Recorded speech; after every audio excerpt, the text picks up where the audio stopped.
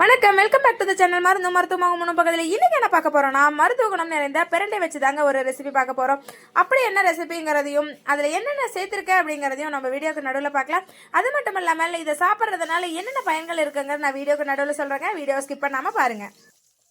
பிஞ்சு பிரண்டையை எடுத்து அதை க்ளீன் பண்ணி வச்சுக்கோங்க. க்ளீன் பண்ணுறது எப்படின்னு தெரியல அப்படின்னா பிரண்டை சட்னி வீடியோவில் நம்ம க்ளீன் பண்ணுறது எப்படின்னு சொல்லியிருக்கோம், அதை பார்த்து கற்றுக்கோங்க.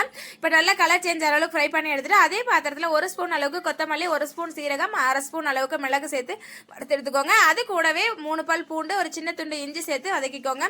அடுத்தது என்ன பண்ண போகிறோம் அப்படின்னா, காரத்திற்கேற்ப மிளகாய் சேர்த்துக்கோங்க. நான் 2 மிளகாய் சேர்த்துருக்கேன். அதை நல்லா வதக்கிட்டு கூடவே நம்ம வதக்கி வச்சிருந்த பிரண்டையை சேர்த்து ஃப்ரை பண்ணி ஆற வச்சிடலாம். இப்போ என்ன பண்ணலாம்னா, ஒரு லெமன் சைஸ் அளவுக்கு புளி எடுத்து நல்லா ஊற வச்சு கரைச்சி எடுத்துக்கோங்க. கூடவே நான் சொன்ன சீக்ரெட் பொருள் என்ன அப்படின்னா, தேங்காய் பால். தேங்காய் பாலோட நன்மைகள் எல்லாருக்குமே தெரியுங்க. 1 டம்ளர் அளவுக்கு நான் கெட்டியான தேங்காய் பால் எடுத்துக்கிறேன். இப்போ ஒரு மிக்ஸி ஜார்ல நம்ம வதக்கி வச்சிருக்கிறது எல்லாத்தையும் சேர்த்து அரைச்சி எடுத்துக்கலாம். பேஸ்டா அரைக்கணும்னு அவசியம் இல்லை, கொரகொரப்பா அரைச்சிக்கோங்க. இப்போ ஸ்டவ் ஆன் பண்ணிட்டு ஒரு பாத்திரம் வச்சுட்டு அதுல எண்ணெய் சேர்த்துக்கோங்க.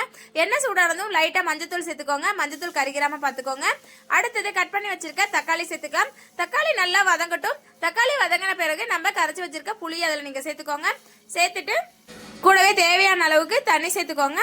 தண்ணி சேர்த்த பிறகு நம்ம அரைச்சி வச்சிருக்கோம் இல்லைங்களா, பிரண்டை, கொத்தமல்லி, சீரகம், இது எல்லாத்தையும் சேர்த்து நல்லா மிக்ஸ் பண்ணிட்டு தேவையான அளவு உப்பு சேர்த்து விட்டு நல்லா கலக்கி விட்டு கொதிக்க விட்டுறலாம். உடைஞ்ச கால்களை கூட சேர்க்கிற அளவுக்கு சக்தி நம்மளோட பிரண்டைக்கு இருக்குங்க. அது மட்டும் இல்லாம உடலுக்கு குளிர்ச்சி தரக்கூடிய நம்ம தேங்காய் பாலும் இதுல சேர்க்கிறோம். இப்போ நல்லா கொதிச்ச பிறகு நீங்க அதுல தேங்காய் பால் சேர்த்துக்கோங்க. தேங்காய் பால் நல்லா கொதிக்கணும்னு அவசியம் இல்லை. நம்ம அது கூடவே கொத்தமல்லி இலை சேர்த்துட்டு நம்ம மூடி வச்சுட்டா போதும். ஸ்டவ் ஆஃப் பண்ணிடலாம். இப்போ அதுக்கு தாளிச்சு கொட்டிடலாம். எண்ணெய், கடுகு, உளுந்தம்பருப்பு, கருவேப்பிலை, கொஞ்சமா பெருங்காயத்தூள் போட்டுட்டு ஒரு வரமிளகாயை கிள்ளி போட்டு நம்ம சேர்த்துக்கலாம். இப்போ நம்மளோட சுவையான, ஆரோக்கியமான, அட்டகாசமான பிரண்டை ரசம் ரெடி ஆயிடுச்சு. இதை நீங்க குழந்தைங்களுக்கு செஞ்சு கொடுக்கலாம். நோய் எதிர்ப்பு சக்தி அதிகமாகும். அது மட்டும் இல்லாமல் அவங்களுக்கு பசியை தூண்டக்கூடிய ஒரு உணவாகவும் நம்ம பிரண்டை ரசம் இருக்குங்க.